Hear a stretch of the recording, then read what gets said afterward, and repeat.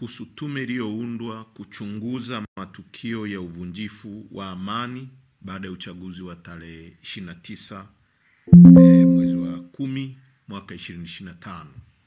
Actually kilichoitwa uchaguzi kwa sababu na tulitegemea hii tume ingeundwa kuchunguza mauaji yaliyotokea na sio vitendo vya uvunjifu wa amani kama inavyosemekana. Kwa hiyo Chama cha Demokrasia na Maendeleo Chadema kinapenda kuutaarifu umma wa Tanzania na jumuiya ya kimataifa kwamba hatutambui tume ya uchunguzi iliyoteuliwa na ndugu Samia Suluhu Hassan aliyejisimika madarakani bila ridhaa ya wananchi na inayoongozwa na jaji mstaafu Mohamed Chan, akielekeza kuchunguza matukio ya uvunjifu wa amani yaliyotokea wakati na baada ya uchaguzi ya kilichoitwa uchaguzi mkuu wa mwaka huu tarehe 29 Oktoba.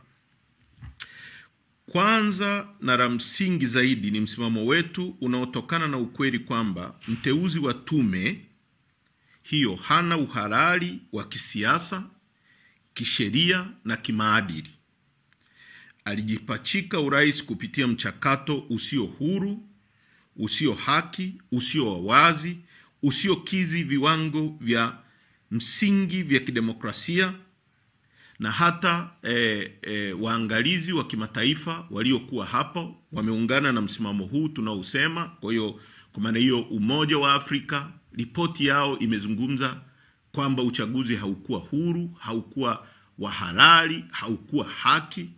SADC wamesema hivyo na waangalizi wengine wote wa kimataifa. Hivyo hana mamlaka kimaadili wala kisiasa kuunda chombo cha kuchunguza uhalifu mkubwa uliofanywa na utawala wake dhidi ya raia waliokuwa wakidai haki zao za kidemokrasia na za kikatiba. Aidha, kwa mujibu wa sheria ya uchunguzi Commission of Inquiry Act ya 20 ya mwaka 2002 chapter 32, tume ya aina hii ni chombo cha rais kinachofanya kazi kwa matakwa na maelekezo yake, na hata ripoti yake rais ana mamlaka ya kuamua ichapishwe au isichapishwe, iwasilishwe hadharani au ifichwe. Kwa mantiki hiyo si chombo huru na hakiwezi kutoa ukweli wala haki katika mazingira ambapo serikali ndiyo inayotuhumiwa mtuhumiwa mkuu. Zaidi ya hapo, haiwezekani mtuhumiwa akajichunguza mwenyewe